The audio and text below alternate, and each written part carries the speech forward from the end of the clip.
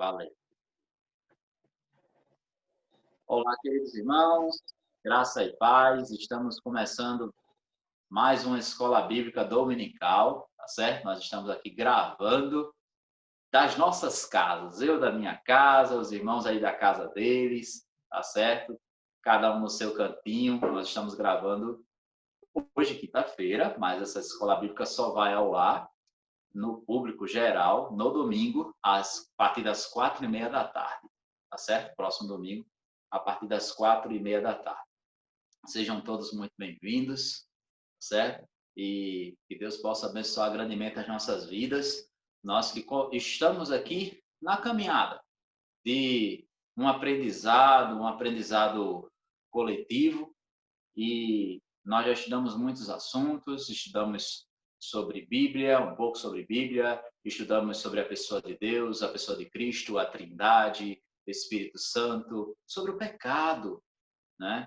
E estudamos sobre anjos, e estamos agora estudando sobre a história da igreja. Essa é a nossa segunda aula dessa série sobre a história da igreja. E pensem comigo, é muito assunto. São 2.000 anos.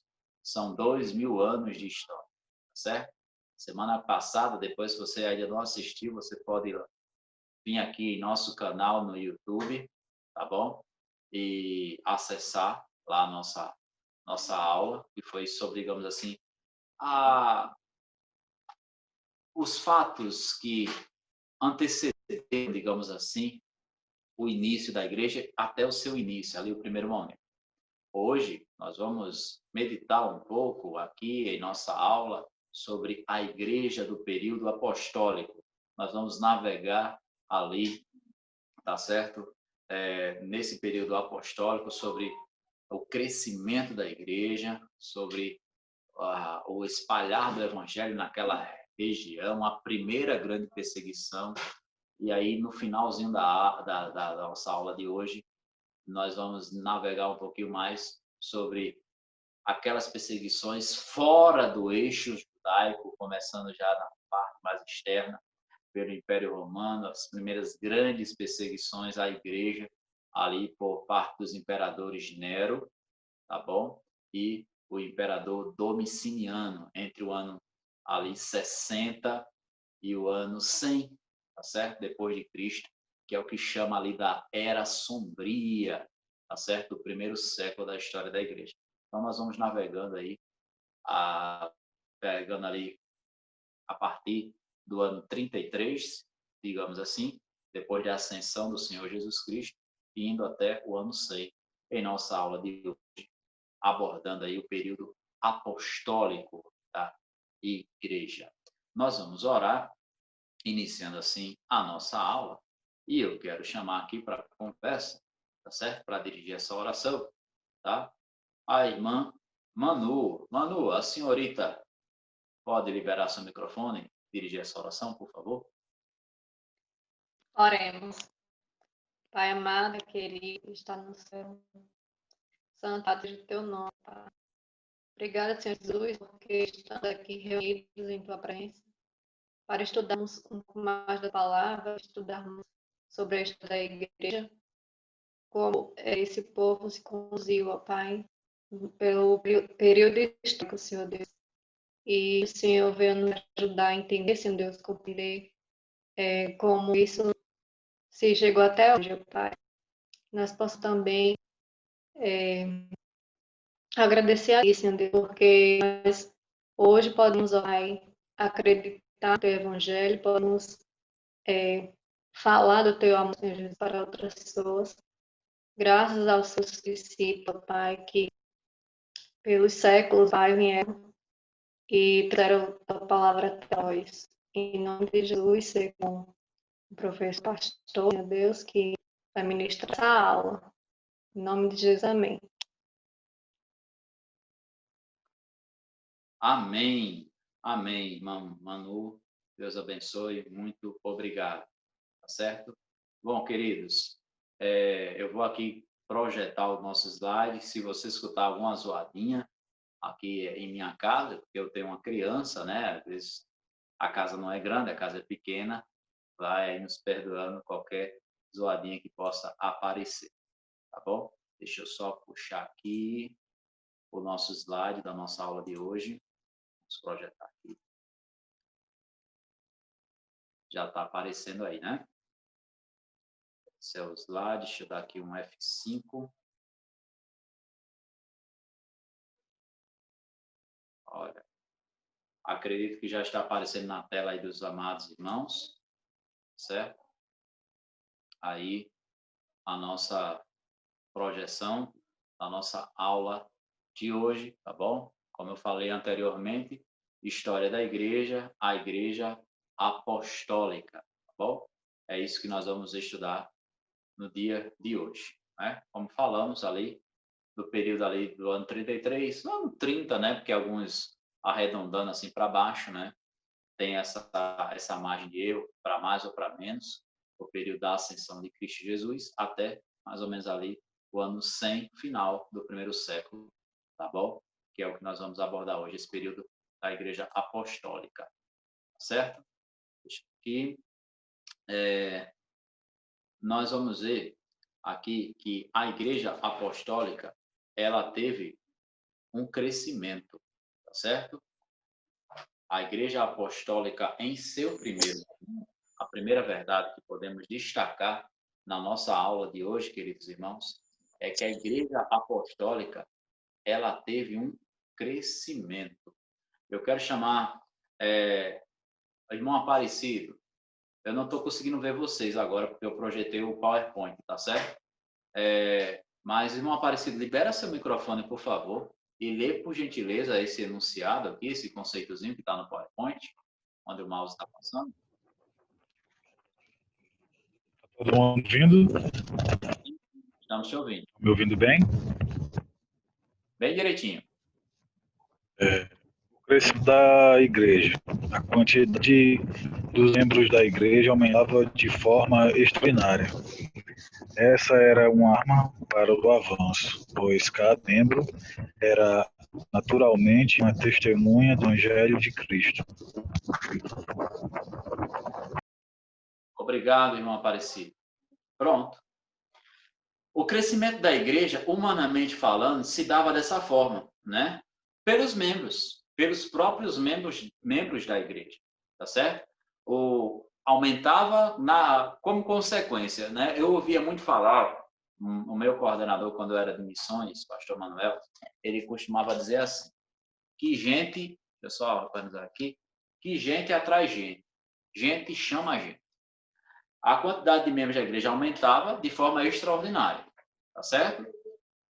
E essa aí era uma grande arma para o avanço da igreja, né? Pois cada membro naturalmente era uma testemunha, né, do Evangelho do Senhor Jesus Cristo, e cada pessoa daquela iria compartilhar da palavra do Senhor, tá certo? Então nós tivemos assim um crescimento. Você observa logo lá naquela palavra do apóstolo Pedro, lá de Atos 2, o primeiro sermão, logo depois da descida do Espírito Santo, se converte ali quase 3.000 pessoas, tá bom? Bom, mas vamos ver aqui alguns textos bíblicos, tá certo? Sobre essa questão do crescimento, né? Eu já quero aqui chamar o irmão Alexandre para ler aí Atos 5:14, a irmã Joselita para ler Atos 6:7, tá bom? É só liberar o microfone aí, pode ler, queridos. Alexandre, Atos 5:14, irmã Joselita, Atos 6:7. Meus irmãos, Atos 5:14. Diz assim: cada vez mais agregava-se ao Senhor grande número de crentes, tanto os homens como mulheres. Amém. Então, aí Lucas ele está destacando já mais um pouco na frente, bem depois de Atos 2, né? A Bíblia se passar já deve ter passado alguns anos, mas era o contínuo, tá certo? Que cada vez mais ia agregando gente na igreja do Senhor, tá certo? Mais gente ia chegando à igreja do Senhor, tanto de homens como mulheres. E lá Atos 6:7, irmã Joselita. E crescia a palavra de Deus, em Jerusalém se multiplicava muito o número dos discípulos, e grande parte dos sacerdotes obedecia à fé. Aqui, Lucas, observemos bem, aí Lucas, ele já deixa claro que crescia muito o número dos discípulos, mas agora, ele, lá em Atos 5:14, ele fala que tanto homens como mulheres vinham se juntar à igreja. Mas agora o Lucas, né, que é o autor aí do livro de Atos, ele deixa escapar uma coisa bem interessante. O que, pastor Carlos? Que até os sacerdotes judeus, aquela mesma turma lá do partido, muitos daqueles do partido que ajudou a crucificar o Senhor Jesus, aqueles homens, muitos deles estavam se convertendo ao Evangelho. Era algo sobrenatural. Era algo sobrenatural o crescimento da igreja apostólica. Quando eu falo aqui da igreja apostólica, simplesmente é no sentido de que era a igreja ali do período dos apóstolos. Vou até fazer aqui um parênteses. Particularmente, eu não acredito na existência mais dos apóstolos, certo? Dos apóstolos. Eu acredito que os apóstolos foram aqueles homens, né? O próprio significado da palavra lá, a etimologia da palavra, vem a nos informar que é aquele que vem após. Esses homens, uma das características deles era que eles tinham sido testemunhas oculares do Senhor Jesus. Eles receberam ensinamento direto do Senhor Jesus Cristo. E aí, nesse período em que o Espírito Santo veio sobre a igreja, batizou a igreja, tinha lá os 12 apóstolos, né? Você vê lá em Atos capítulo 1, o processo de escolha do substituto de Judas. Viu como eles não abriram para todo mundo? Que foi Matias, foi só um. Posteriormente, veio a ser agregado a esse grupo o apóstolo Paulo. E por que Paulo foi? Porque ele mesmo falando lá, a igreja de Gálatas, né? Ele diz que ele viu o Senhor Jesus. Ele foi chamado direto pelo Senhor Jesus, né? Ele mesmo coloca depois que ele nasceu meio que fora do tempo, né?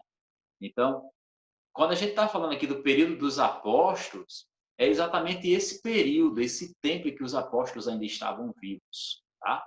Então, havia esse crescimento exponencial, extraordinário, tá certo? Da igreja. Pastor, você está dizendo que isso não pode acontecer hoje? Não estou dizendo isso, muito pelo contrário. Isso ainda acontece hoje. A igreja do Senhor, ela continua a crescer de uma forma incrível. Eu vou até fazer um outro, eu gosto de um parênteses, né? Eu recomendo que você, meu irmão, conheça o site da missão interdenominacional Portas Abertas. Essa missão evangelística é especializada em trabalhar com a igreja perseguida. Você vai ver relatos ali, ver e ouvir de como a igreja do Senhor Jesus Cristo tem crescido ao redor do mundo e como milhões, eu não estou falando de milhares não, como milhões de cristãos vivem debaixo da perseguição e como a igreja do Senhor tem crescido nesses lugares. Glórias a Deus por isso. Você também pode até observar o Brasil, né? A história brasileira mostra, me ajudem aí, queridos irmãos, se vocês quiserem, complementando, a história brasileira diz que quando os portugueses aqui chegaram lá em 1500, era um monopólio da Igreja Católica. Os protestantes eles não puderam entrar aqui no Brasil para evangelizar, para fazer missões durante mais de 300 anos, meus irmãos. durante mais de 300 anos. Depois que os presbiterianos, os congregacionais, os batistas, essa turma começou a chegar lá no final do século XIX, porque o Império Português, a coroa portuguesa, não permitia, né, que uma outra igreja fora da Santa Sé evangelizasse o Brasil. E aí, para você ver, em menos de 200 anos, por exemplo, dos evangélicos no Brasil, você vê como os evangélicos eles têm crescido. E quando eu falo evangélico, não é questão de religião, mas é porque primordialmente os evangélicos eles apelam, pelo menos a sua maioria, para a centralidade da cruz de Cristo, que o homem é salvo somente por Jesus, que ele precisa nascer de novo. Então você vê aí como o evangelho ele cresceu, por exemplo, na nossa nação, né? Se você recordar um pouco, você imagina aqueles que têm mais de 30 anos de idade, aqui na nossa sala, podem observar que quando você era menino, você não conhecia muitos crentes. Aqueles que têm mais de 50, né, com exceção provavelmente das famílias que já eram lares evangélicos aqui no Brasil, mas fora você não tinha muitos crentes, né? Você tinha mais pessoas de outras religiões, né? Da religião do catolicismo romano, por exemplo. Para você ver como o evangelho ele cresce de uma forma rápida. É o poder do evangelho. Como o apóstolo Paulo fala lá em Romanos capítulo 1, que ele não se envergonha do evangelho, porque o evangelho é o poder de Deus para a salvação de todo aquele que nele crê. E aí nós observamos esse crescimento extraordinário do evangelho ali no primeiro século. Deixa eu passar aqui, o primeiro ponto que eu queria destacar é esse, tá certo? E aí, dentro desse primeiro ponto ainda, eu quero mostrar para vocês por que o motivo. Por que motivo esse crescimento era tão grande, tá certo? Acho que mais do que qualquer outra época, tá certo? Por qual motivo o crescimento do evangelho se dava de uma forma tão assim forte? Vamos lá? Deixa eu ver aqui. Primeiro, quem pode ler para a gente aí? Deixa eu escolher aqui um. Irmã Amanda, você pode ler? Amanda? Posso. Os motivos desse crescimento perseveravam na doutrina dos apóstolos. A igreja do período apostólico... Não, só isso. Observe bem. Primeiro motivo, perseverança na doutrina dos apóstolos. Isso está baseado lá em Atos, capítulo 2, no finalzinho, certo? É a fundamentação doutrinária, a fundamentação bíblica. Primeiro motivo de crescimento da igreja era perseverar no bom ensino. E era qualquer ensino poderia ser qualquer ensino para assim ser bom? Não. Qual era o ensino? Dos apóstolos. Lembra que eu falei lá anteriormente? Apóstolo não era qualquer pessoa que poderia dizer, eu sou apóstolo agora, eu me nomeio apóstolo, né? A gente vê algo muito parecido hoje com isso, com pastor, né? Qualquer pessoa se vai lá e se autodenomina, eu sou pastor agora, né? E aí eu invento aqui um ensino, eu interpreto a Bíblia do meu jeito, do jeito que eu quero, e aí, vamos lá. E aí a gente vê algumas coisas equivocadas, para não dizer tristes, que acontecem no meio da igreja. Porque o mau ensino, ele é a porta de entrada para o declínio espiritual da igreja. Por isso que o primeiro motivo, ou primeiro pilar, né, para o crescimento da igreja lá no período apostólico era uma boa doutrina. Mas para ser uma boa doutrina, não poderia ser qualquer doutrina.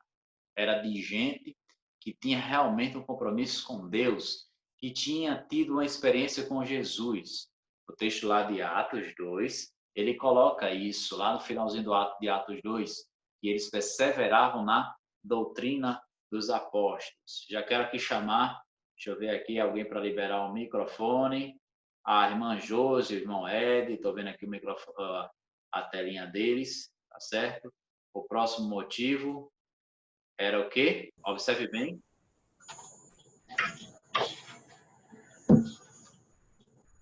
Liberar. Pode ler, queridos. Oi, pastor. Perseveravam na comunhão e partir do pão. Amém.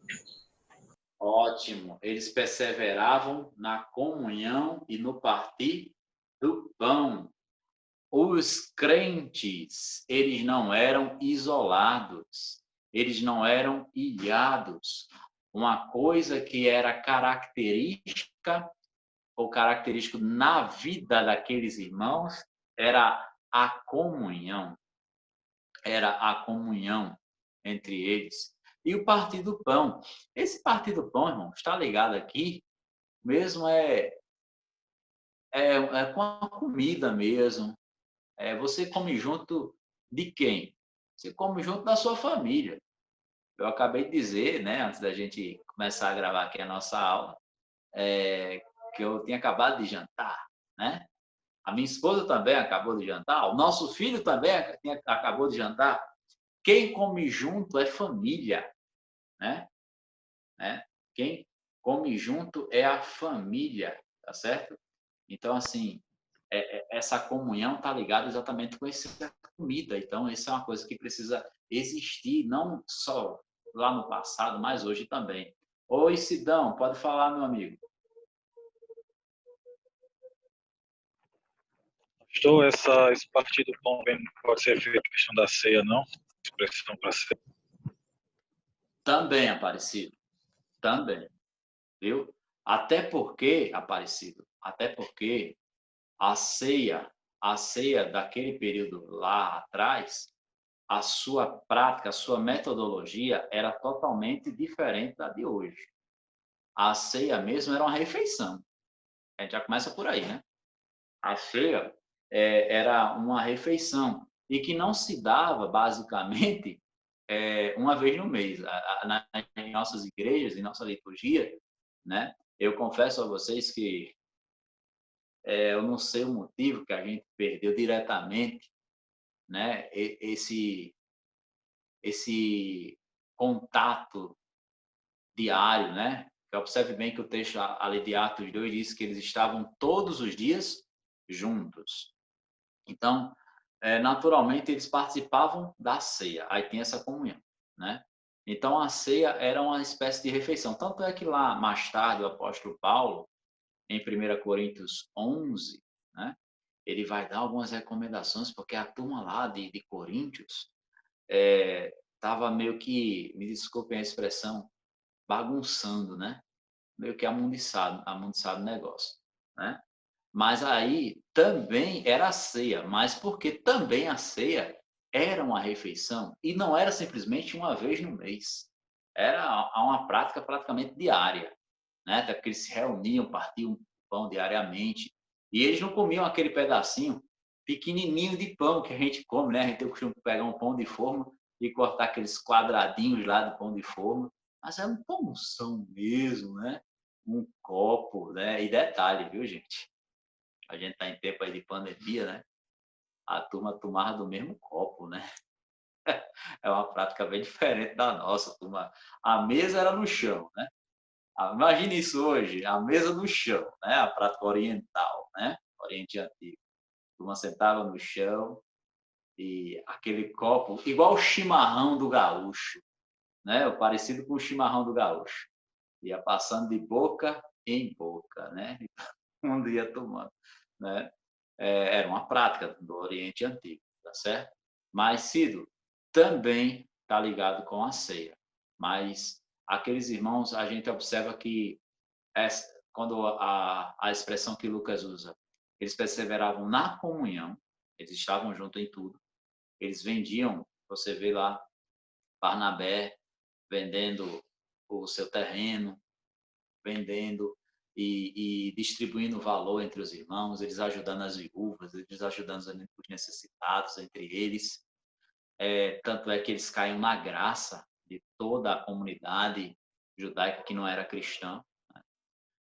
A gente vê essa comunhão muito forte, né? E esse partir do pão, logicamente, tem a ceia também, mas se inclui aí a sua vida como um todo, o seu partilhar, o seu alimento. Eu vou mais para essa questão hermenêutica aí. Tanto é que quando o Senhor Jesus Cristo, ele, na oração do Pai Nosso, a oração modelo, ele diz assim, Pai Nosso que está no céu, santificado seja o vosso nome. Aí tem a parte lá que ele diz, dai-nos o pão nosso de cada dia, né? É algo generalizado também com o alimento, né? Não que seja restrito só àquele alimento, o pão, né? Mas a alimentação, o nosso sustento de uma forma geral. Amém? Beleza, Sidão? Amém. Vamos lá? Vamos para o próximo, Cido? Já leu o próximo aí para a gente? Aí, ó, perseveravam em quê, Cido? Libera o microfone, Sidão. Perseveravam na oração. Gente, a oração é tão poderosa e a gente muitas vezes não valoriza a oração. A prática de oração. A gente já começa... Esses três, acho que são esses três primeiros motivos aí. Observe bem que começa com a palavra perseverança. Né? Eles perseveravam na doutrina, no ensino. Eles perseveravam na comunhão e também no partir do pão. Eles perseveravam agora na oração. Quando eu sempre imagino assim, irmãos, sempre que tem essa expressão de perseverar, é porque existem obstáculos contrários. Obstáculos, na realidade, se é um obstáculo é contrário, mas obstáculos que venham a nos puxar para trás para nós não realizarmos tal ato, que muitas vezes não é tão fácil de ser feito, executado, realizado. Aí a necessidade da perseverança. E a oração é uma coisa simples de ser feita. Você, democraticamente, em qualquer lugar que você venha estar, até literalmente debaixo d'água, você pode orar. Mas muitas vezes, devido à nossa pressa, a gente não tira tempo para oração. E uma das coisas que caracterizava a igreja do período apostólico era a prática contínua de uma vida de oração. Isso serve de reflexão. E os lugares que o evangelho mais cresce no mundo é onde tem mais oração. Especialistas em missões dizem que os grandes avivamentos que aconteceram no mundo foram precedidos de oração. Você pode ter muito conhecimento, pode ter muita técnica, mas se você não tiver vida de oração, a coisa não vai. E eu sempre tiro meu chapéu para os irmãos pentecostais. Eu sei que a gente é cristão batista, mas eu vou aqui elogiar os irmãos da Assembleia de Deus. Vocês já repararam, irmãos? Quantas igrejas, Assembleias de Deus nós temos espalhadas só aqui em Parnamirim? Alguém já me disse que são mais de 70, só aqui em Parnamirim. Salvo engano. Só aqui em Parnamirim. Agora você pode reparar. Eu sempre passo aqui, tem uma igreja Assembleia de Deus ali, indo daqui, eu estou aqui, assim, depois de Zé Preto, daqui depois do primeiro andar, tem uma pracinha ali, tem uma Assembleia de Deus ali. E eu passo ali, como é que se diz, de segunda-feira de tarde. A igreja está cheia. Segunda-feira à tarde. O povo orando. Eu acho isso espetacular. Eu acho isso incrível. Sabe? Então, assim, as denominações que mais crescem, as denominações que mais crescem, ou os lugares que o evangelho mais cresce são aqueles que têm uma grande, digamos assim, ênfase na prática da oração. Isso é um fato. Isso aconteceu com a igreja lá do Novo Testamento. Tá? Vamos aí. Irmão Severo, eles tinham mais o que, irmão Severo? Que apareceu aí embaixo. Eles possuíam o quê?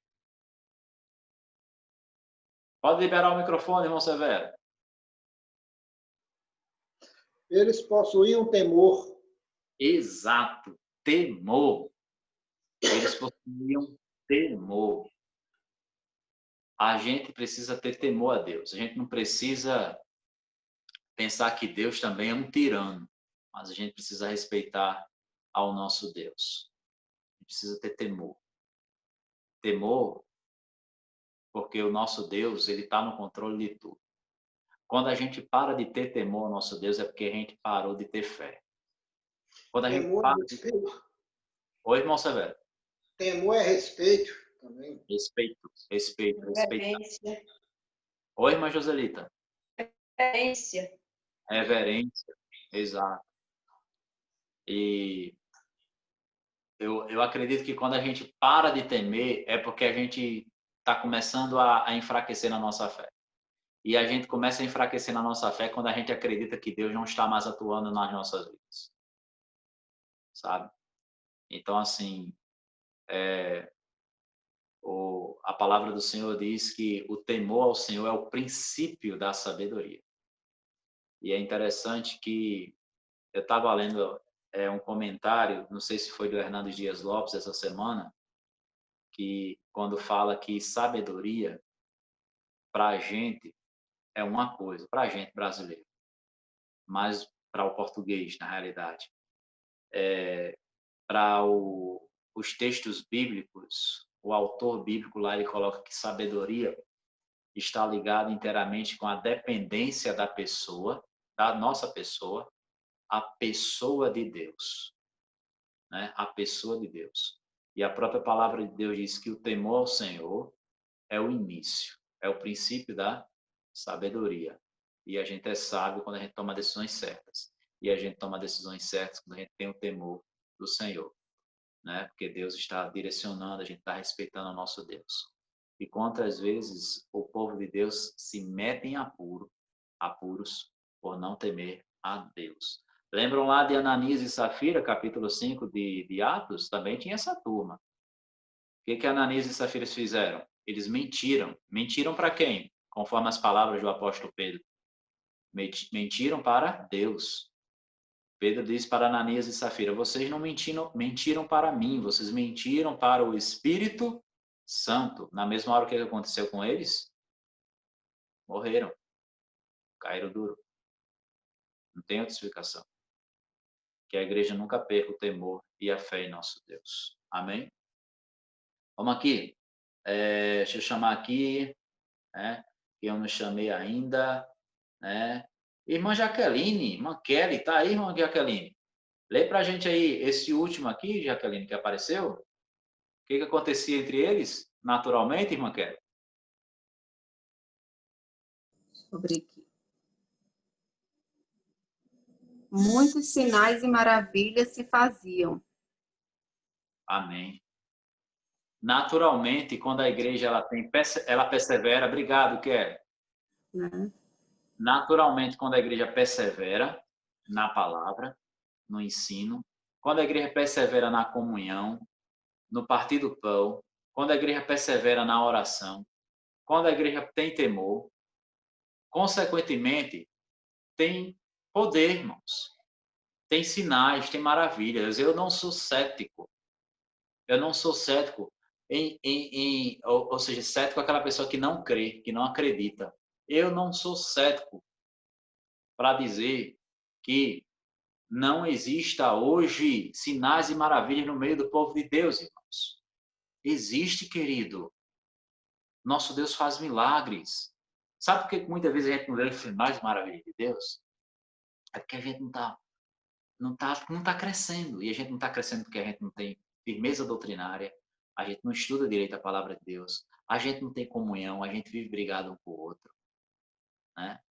voltando até porque essa questão aqui da comunhão, partir do pão, a gente não ajuda o próximo, pessoas necessitadas, a gente é individualista, a gente é cego, né? A gente não tem vida de oração, a gente não tem temor. Se a gente não tem nada disso, a gente não vai ver sinais e maravilhas, coisa nenhuma. Observe que isso aqui já aparece como uma consequência. Deixa eu ver se tem mais um aqui que eu listei. Tinha mais o quê? Consentimento. Esses dois finais, né? São consequências. Havia o quê? Leia aí, irmã Joselita. Muita o quê? Olha que bem. Muita alegria e sinceridade. É assim. Não é um peso. É bênção. É alegria em servir ao nosso Deus. Amém? Isso tudo se deu nesse período de crescimento nessa igreja, o período apostólico. A igreja do período apostólico era cheia de poder e fé em seu testemunho. Mas tem um detalhe, contudo, ela ainda não havia se despertado, ou seja, ela tinha defeitos para a obra missionária. E é esse o nosso próximo ponto. Ela ainda não tinha sido despertada para a obra missionária, sendo necessário o desencadear de uma forte perseguição para que a igreja chegasse em outras regiões. Vocês entenderam isso aí? Observem bem, me ajudem a lembrar aí de Atos, porque o início da história da igreja, só um minutinho.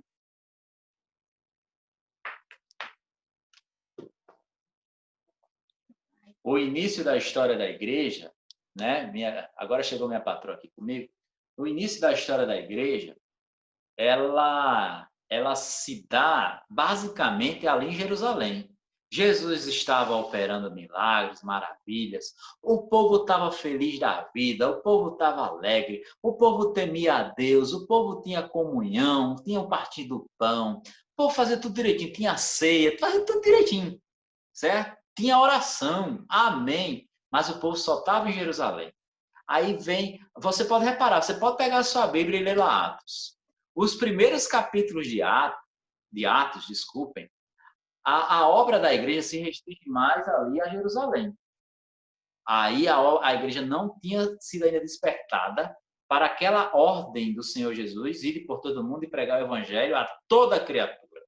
Vamos aqui para o nosso próximo ponto, que é a expansão da igreja.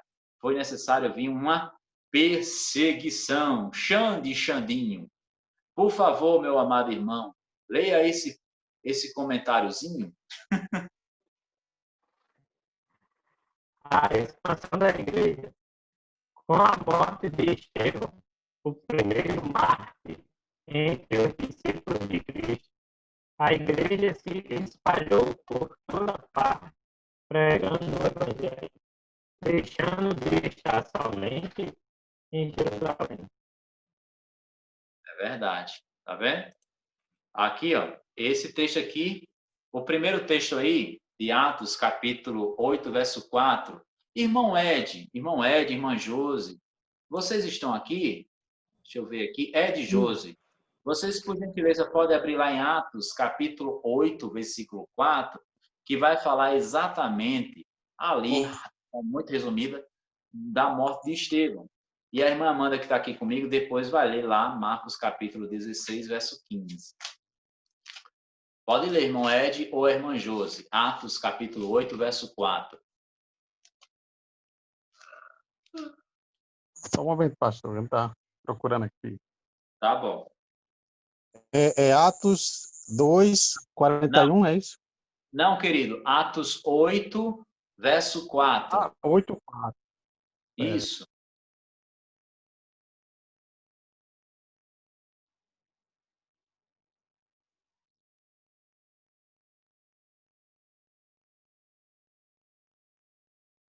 Vou fazer o seguinte, vocês vão abrindo, a Amanda já vai adiantar aqui, Marcos 16, 15. 15. A Amanda vai ler Marcos 16, 15 e depois vocês leem Atos 8, verso 4. Pode ler, Amandinha. E disse-lhes: vão pelo mundo todo e preguem o evangelho a todas as pessoas. Ponto.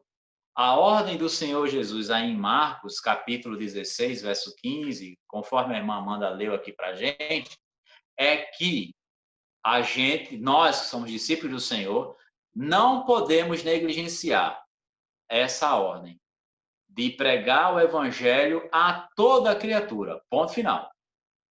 Independentemente de qualquer coisa, a gente precisa pregar o evangelho a toda criatura. Mas o que aconteceu?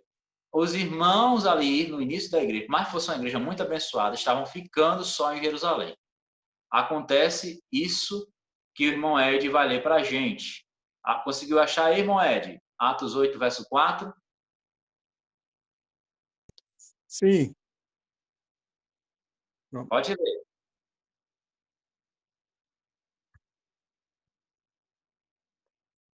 Só um momento, tá?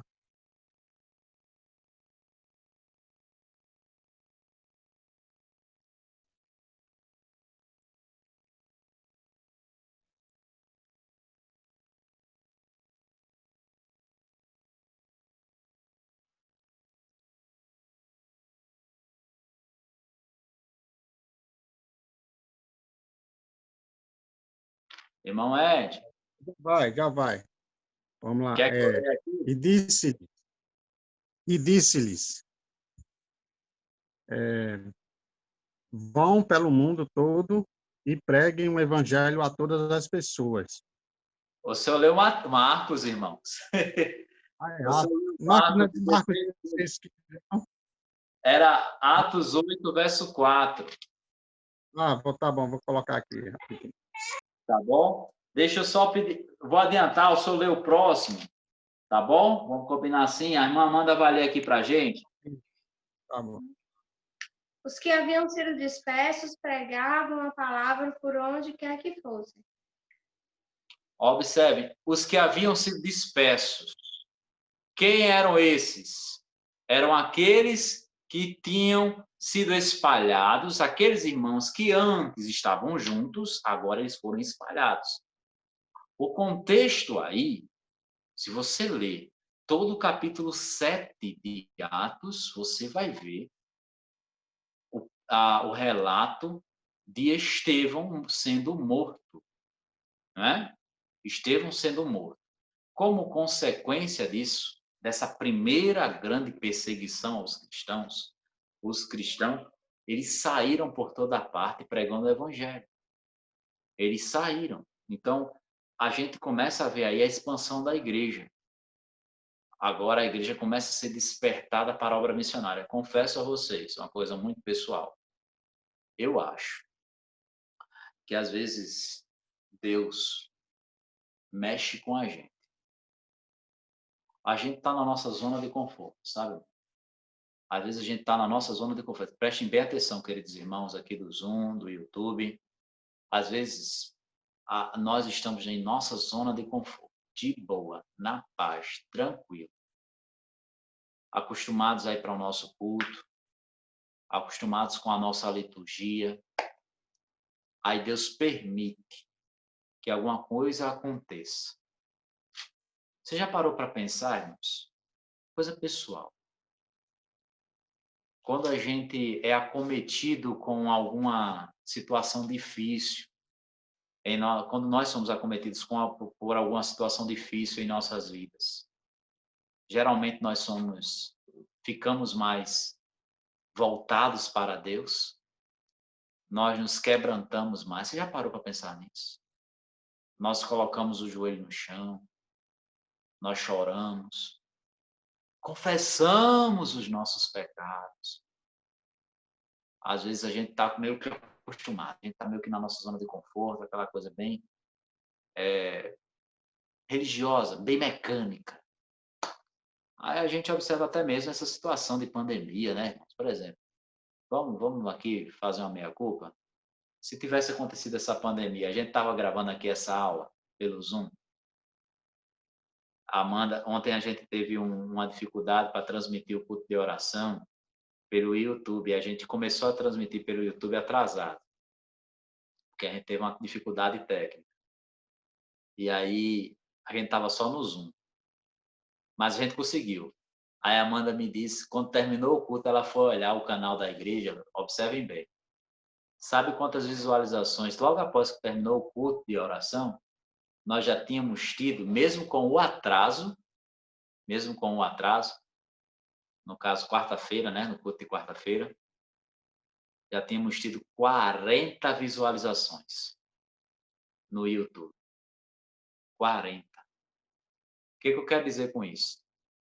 Se a gente tivesse fechado lá no templo, fazendo um culto de oração para 12 pessoas, 20 pessoas no máximo, como a gente fazia, a gente tinha tido, né, meia hora depois que o culto terminou, 40 pessoas acessando o nosso culto, fora as que estão aqui no Zoom.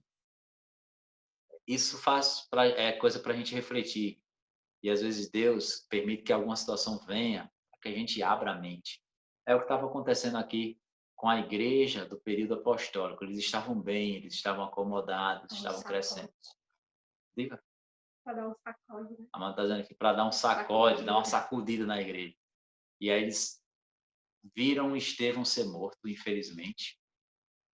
Mas eles saem de Jerusalém e vão por toda parte e vão pregando o evangelho, vão pregando a palavra de Deus. Então, a primeira expansão da igreja, humanamente falando, isso aqui é uma colocação minha, discordem se quiser, queridos alunos, mas a primeira expansão da igreja, humanamente falando, se deu por uma perseguição.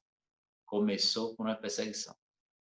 Logicamente, tudo debaixo da permissão do nosso Deus. Isso serve para a nossa reflexão. Tá? E tu até observa que antes disso aqui, cronologicamente foi antes. Quando o Senhor Jesus manda Pedro ir pregar o evangelho a Cornélio, que era um centurião romano, e Pedro tem aquele sonho daqueles animais que eram impuros, e o Senhor descendo em um lençol, e o Senhor Jesus dizendo para ele, mata e come. Pedro, como um bom judeu, o que ele diz? De maneira nenhuma eu vou colocar algo tão impuro. Mais ou menos isso ele coloca. Algo tão impuro em minha boca. O Senhor Jesus, ele dá uma lição de moral a Pedro, um homem que já tinha andado tanto com Jesus, mas mesmo assim ainda era fechado para ir a outros povos.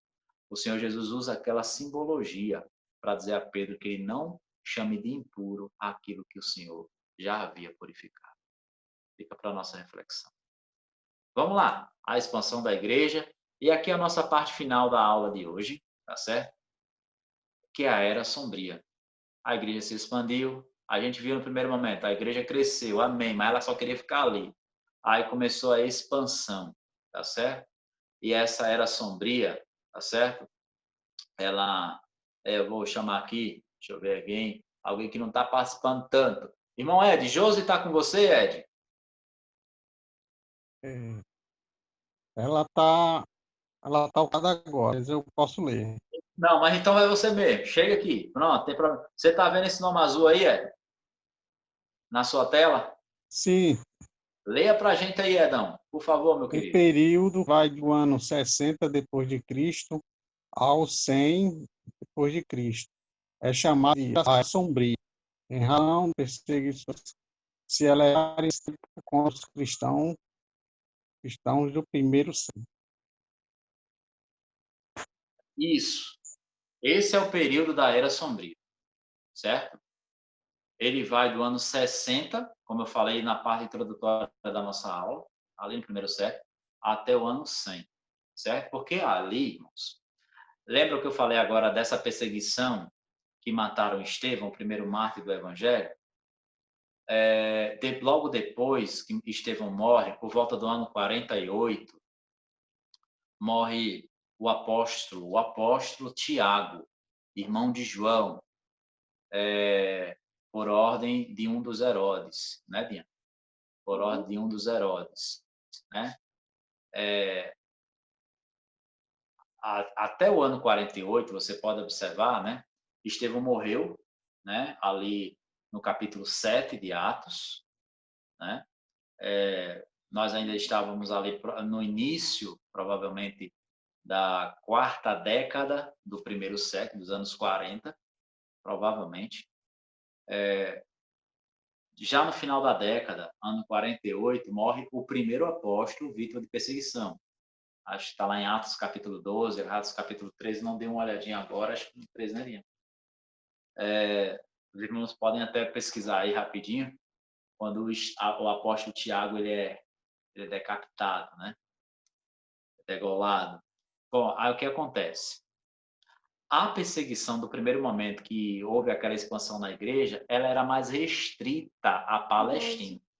Pronto. A morte do apóstolo Tiago está no capítulo 12. Depois você lê lá o capítulo 12 de Atos. Essa perseguição aí, essas perseguições, elas eram mais restritas à região da Palestina, à Judeia. Certo, irmãos? Agora, a partir do ano 60, a perseguição começa, o evangelho se espalha por alguns lugares, né?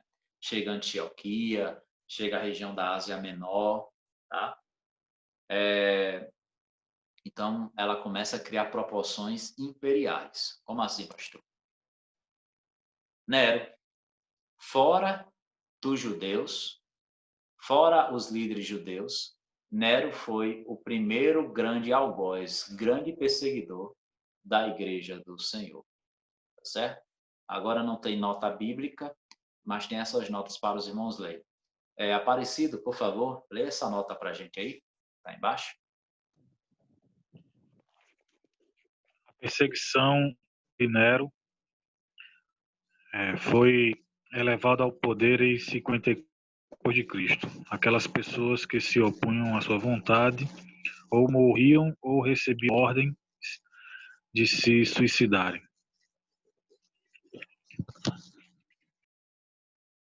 A perseguição de Nero. Nero, ele foi elevado ao poder mais ou menos ali no ano 54 depois de Cristo. Nero. Ele chegou ao poder, né? Observe bem, eu falei agora há pouco que Tiago, apóstolo, ele faleceu, foi morto por volta do ano 48, né? Então aqui nós temos aí mais ou menos 6 anos, menos de uma década após, como é que se diz, a morte de Tiago, que foi algo mais regional. Agora no ano 54, mais ou menos, Nero ascende ao poder do império do mundo, que era o Império Romano. E era uma prática de Nero com todo mundo, que todo mundo que viesse a se opor a ele, ou ele, né, eles morriam, ele mandava matar, ou ele, de uma forma muito cruel, ele fazia com que essas pessoas cometessem suicídio. Alguém tem mais alguma coisa a falar de Nero? Lembra de alguma coisa assim? Alguém aí, meus alunos, lembram de alguma coisa dessa personalidade histórica cruel? Lembra de alguma coisa? Uns malefícios? Eu aqui, pastor. Decide. Aqui. Ele culpou cristãos, né? Quando Roma pegou fogo, o sistema de iluminação, né? As tochas. E alguns cristãos da época achavam que a marca da besta era referente a Nero, né? Tinha uma simbologia das letras do nome dele e dava aquela combinação 666. Muita gente achava que o antigo era ele, que a besta era ele. Teve isso também um tempo. De tão bons. É verdade. O Caba foi homem, né? Foi um homem. Mas eu ia dizer monstro. Ele foi tão mal que o pessoal associou ele até o anticristo, né? E era uma pessoa com uma personalidade extremamente, não vou dizer exótica, porque exótica é uma coisa só que é diferente, mas maléfica mesmo, né? A Amanda está aqui comentando comigo, há uns comentários, né, que dizem que ele tinha até relacionamento com a sua mãe, né? E Aparecido adiantou aí algumas coisas que vão aparecer aqui, ó. Eu vou pedir que a Amanda leia aqui, que é uma notinha um pouco maior, né? Deixa eu ver aqui, que é uma nota que na minha é desse autor aqui, o José Ferraz. Lê aí, Bia, pra gente. Assim estavam as coisas quando, em 64, Ano do Senhor, ano do Senhor, aconteceu o incêndio em Roma. Disse que foi Nero quem ateou fogo à cidade. Contudo, essa acusação ainda é discutível. Entretanto, a opinião pública responsabilizou Nero por esse crime.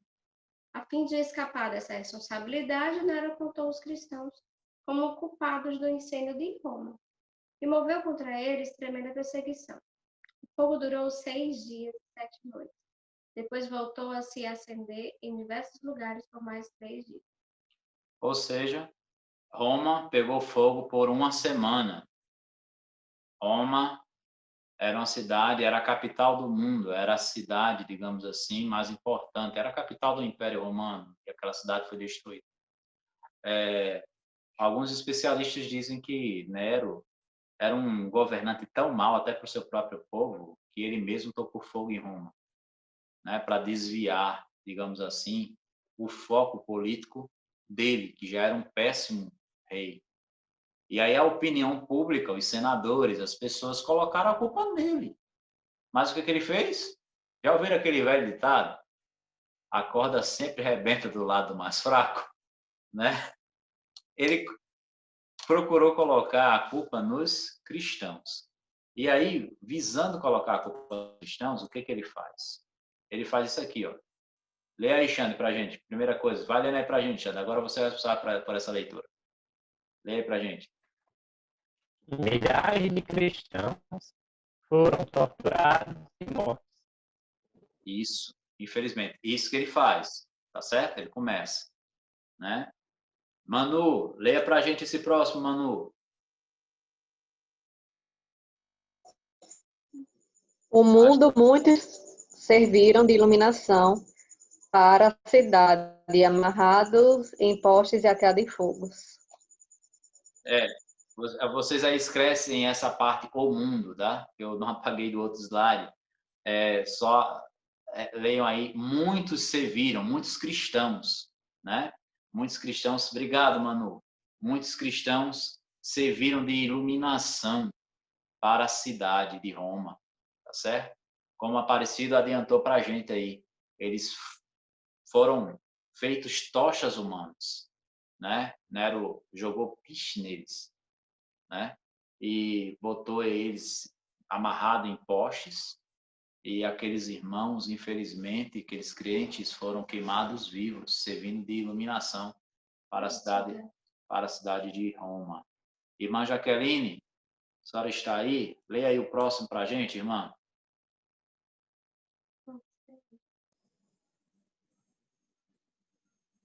Muitos foram vestidos com peles de animais e jogados para os cães.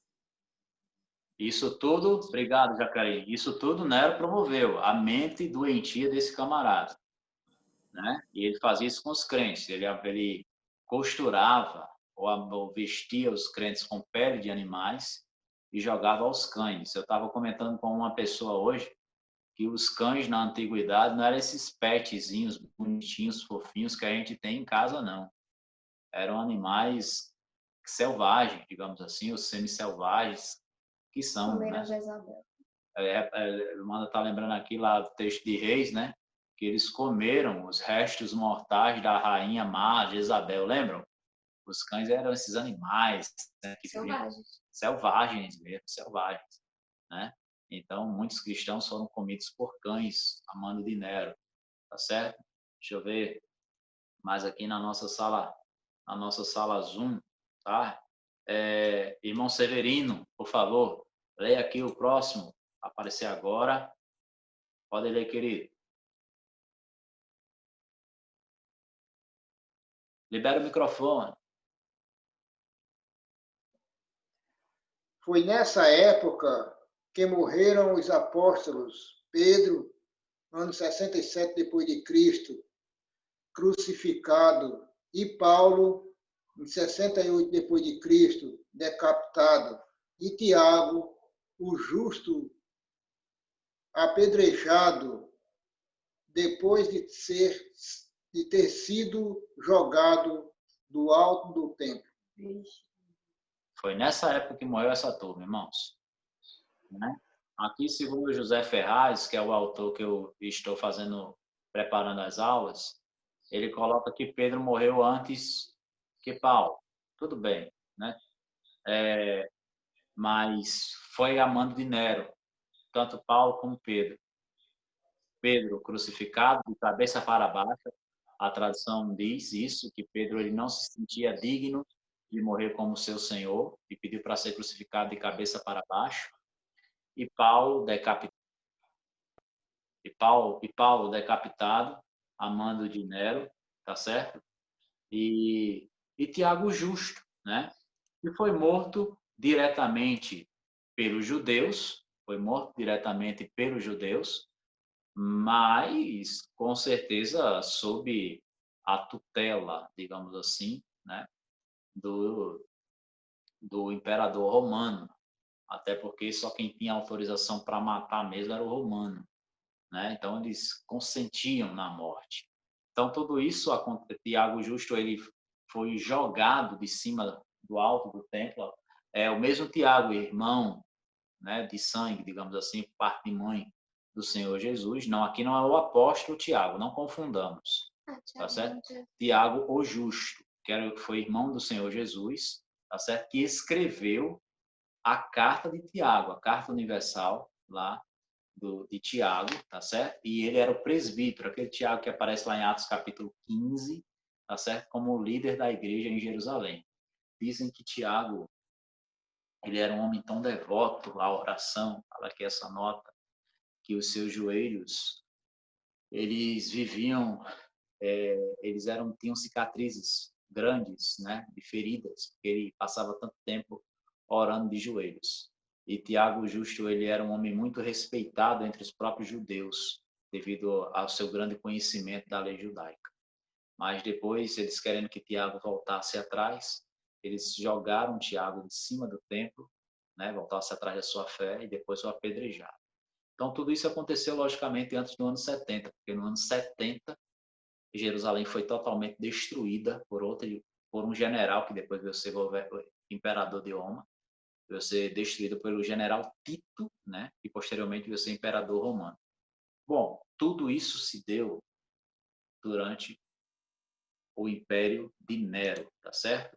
E já partindo já para o final dessa era sombria, continuaram as perseguições, tá certo? Veio a perseguição de Dominiciano, tá certo? O nome difícil de se falar. Deixa eu correr aqui que a gente já passou da hora.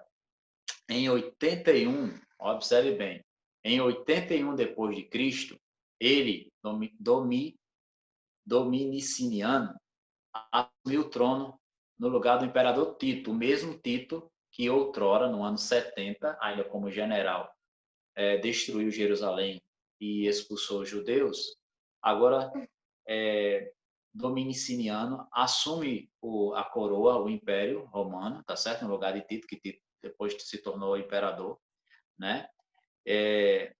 E ele agora passa a governar o Império, né?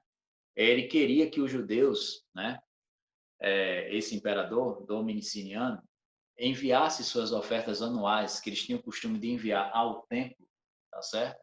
Ele queria que eles enviassem as suas ofertas, vou aqui fazer um resumo, para Roma. Os judeus se negaram, né? Os judeus se negaram a enviar essa oferta, porque Jerusalém não existia mais, o templo não existia mais. Então, o que ele fez, né? Desencadeou uma grande perseguição, não apenas contra os judeus, mas também contra os cristãos. Bom, e aí foi nessa época que eu queria... Cadê meu? Achei que eu estou voltando aqui meu slide. Foi nessa época, deixa eu ver aqui se eu listei. Foi nessa época, né, que tivemos a perseguição lá ao apóstolo João, tá certo? Eu vou pedir que a Amanda leia aqui essa frase aqui do José Ferraz. Durante esses dias, milhares de cristãos foram mortos, especialmente em Roma e em toda a Itália. Nesta época, o apóstolo João, que vivia em Éfeso, foi preso e exilado na Itália. Foi quando recebeu a revelação do Apocalipse. Foi nessa época do imperador Dominiciano, né? Sem nem falar o nome da criatura. E ele foi o primeiro dos cruéis que, fala aqui essa nota, que reivindicou ser divino, né? ele, em outro momento, eu estava dando uma pesquisada, ele foi o primeiro a querer ser adorado como um ser divino, né? Eu entendo que a sua grande perseguição também contra os cristãos, não apenas contra os judeus. Os judeus foi mais um motivo político e econômico. Os judeus, eles se recusaram a enviar a oferta anual, né, para Roma. Mas contra os cristãos é porque os cristãos não aceitavam de forma alguma a se dobrar a um outro Deus e ainda mais um falso Deus, né? Que não é o verdadeiro Deus, o único Deus é o Senhor Jesus Cristo, amém? E aí, esse homem cruel, né, a partir ali do ano 80, 81, começou a perseguir os cristãos até lá o finalzinho do século, e perseguiu, por exemplo, um dos últimos apóstolos vivos, né, apóstolo João, aquele mesmo João que andou com Pedro, que andou com Tiago, andou com Jesus diretamente, e que agora ele era pastor na cidade de Éfeso. João era pastor, né, da igreja em Éfeso, mas agora ele foi obrigado, né, na realidade ele foi obrigado porque ele foi preso, né, numa ilha que eram colocados os prisioneiros políticos do Império Romano, a ilha de Patmos. E antes disso, João foi lançado vivo em um caldeirão, né, fervente, com piche, né? E eles, de uma forma milagrosa, João escapou vivo. E aí lançaram João na ilha de Patmos. Tudo isso desencadeado por Domiciano. O que acontece é que lá na ilha de Patmos, o Senhor Jesus Cristo aparece para João e traz ali o livro de Apocalipse para João redigir, tá certo? Direcionado às igrejas da Ásia Menor, que uma dessas igrejas da Ásia Menor era Éfeso, que é ali a região da Turquia, onde nós temos hoje a Turquia, ali, né? Pegando a Ásia e a Europa. E João foi pastor em uma dessas igrejas, em uma dessas cidades, que era Éfeso, né? Então, nós temos ali a escrita do livro de Apocalipse. Queridos, encerrando, a grande verdade é que houve o crescimento na igreja do Senhor no período apostólico. Não foi por acaso. Esses irmãos perseveravam em uma boa doutrina, esses irmãos tinham comunhão, esses irmãos tinham temor, esses irmãos tinham vida de oração. Consequentemente, esses irmãos tinham alegria. Mas esses irmãos tinham defeitos. Um desses defeitos é que eles pensavam que iam viver só ali em Jerusalém e não iam cumprir a ordem do Senhor Jesus. Jesus permite que venham perseguições e eles começam a pregar o evangelho em Samaria e em outros lugares, plantam igrejas em Antioquia. A igreja de Antioquia foi a primeira igreja missionária mesmo na história da igreja, enviando Paulo e Barnabé, lá em Atos capítulo 13, para as viagens missionárias. Mais tarde, já no período da Era Sombria, a partir do ano 60, quando Nero ascende ao poder, começam as perseguições a nível mundial para com a igreja dentro do Império Romano. Nero faz cristãos virarem tochas vivas para iluminar Roma, colocando a culpa do incêndio de Roma em cristãos. Posteriormente, Domiciano, ele quer ser colocado como um deus e começa a perseguir cristãos. Mas a grande verdade é que Domiciano morre, tá certo? Mas a palavra de Deus não morre. Os apóstolos, todos eles morreram, até João, que já morreu de velhice, com mais de 100 anos, provavelmente, de idade. Mas a palavra do Senhor continuou a se expandir. E nós veremos na próxima aula, se Deus quiser, a próxima semana, certo? As perseguições imperiais. E eu quero até colocar aqui um destaque. As perseguições no período dos pais da igreja. Porque depois desse período apostólico veio o período dos pais. Aqueles irmãos que Deus levantou para darem continuidade, assim como Policarpo de Esmirna, que foi discípulo de João, Irineu, tá certo? E tantos outros homens de Deus, até mesmo a Agostinho. Esses homens nesse período de tão vastas trevas e perseguições do Império Romano, tá certo? Eles continuaram a se manter fiéis na pregação da palavra do Senhor. Então, semana que vem, eu quero convidar você a estarmos juntos, estudando sobre esse período da igreja, as perseguições aos cristãos ali já do segundo século, terceiro século, nesse período imperial, tá bom? Quero convidar aqui meus irmãos que estão conosco no Zoom, tá bom? A abrirem suas câmeras para a gente dar tchau para os nossos amados, certo? Dar tchau aí para a turma. Foi uma bênção estar com vocês aí, viu, irmãos? Participar com vocês dessa aula, foi muito legal, tá certo? E aí, eu quero fazer um convite a vocês que estão no Zoom, fazer uma rápida assembleia bem democrática, irmãos. Nós podemos gravar a nossa próxima aula de sábado que vem, né? Há 8 dias, de sábado a 1 semana, tá certo? De tardezinho, tá certo? Eu acho melhor a gente gravar antes do domingo, tá certo? Melhor a gente gravar antes do domingo, que a gente fica com mais tempo, né? Caso aconteça algum imprevisto. No caso, eu vou já dizer aqui, a nossa próxima aula a gente gravar aqui no dia 22, tá certo? Dia 22, já quero convidar vocês. Pode ser? Amém? Sábado, dia 22, sábado. A nossa próxima gravação é sábado, dia 22, tá certo? Às 5 horas da tarde. Tá bom assim? Dá para todo mundo? Amém? Tranquilo? Aparece aí, Jaqueline. Aparece aí, Jaqueline, para deixar a turma, para a gente orar junto. Tá bom? Então, nossa próxima aula vai ser gravada sábado, dia 22, tá certo? Nossa próxima aula. Nós vamos orar agora, encerrando a nossa aula, tá? E você que não participou conosco em nossa sala, ó, tá vendo aí? Aí, Fernando está aí também. Muito bem, Fernandão. Fernando, tu tem que me ensinar aquele negócio lá, tá? Para botar no YouTube, tá? Me enrolei ontem, legal. Gente, eu estou gravando hoje, quinta-feira, dia 13. Estou gravando aqui com meus irmãos, dia 13 de agosto. A nossa aula aqui vai lá domingo, né? Domingo é quanto, gente? Dia 16? É dia 16, domingo? 16. Dia 16. Nossa aula vai lá dia 16. Bom, eu estou nesse dia 16, agora em um tempo de descanso. Estou de férias aí 1 semana, tá certo? Volto às atividades, tá? Sexta-feira, dia 21. Sexta-feira, dia 20, volto às atividades. Que Deus abençoe vocês. Daqui a pouquinho é o culto, às 6h15.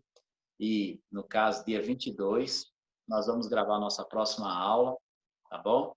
Dia 22, no sábado, às 5 horas da tarde, às 17 horas, tá bom? A gente vai disponibilizar o link aqui até lá.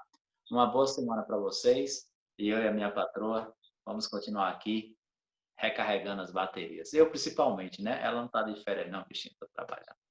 Tá bom? Bom, vou chamar aqui um dos meus alunos para orar, tá? Vou chamar aqui um dos meus amados alunos para orar. Encerrando a nossa aula de hoje, tá? Deixa eu ver aqui. Quem quer orar de vocês? Quem quer orar? Hein? Eita! Irmã Jaqueline quer orar. Ela olhou para Fernando, queria botar para Fernando orar. Irmã Jaqueline, a senhora quer orar. Amém? Amém. Senhor nosso Deus e nosso Pai, nós te louvamos e te agradecemos, Senhor, por esta escola bíblica dominical, que o Senhor tem nos abençoado em aprendermos a Tua palavra, Senhor.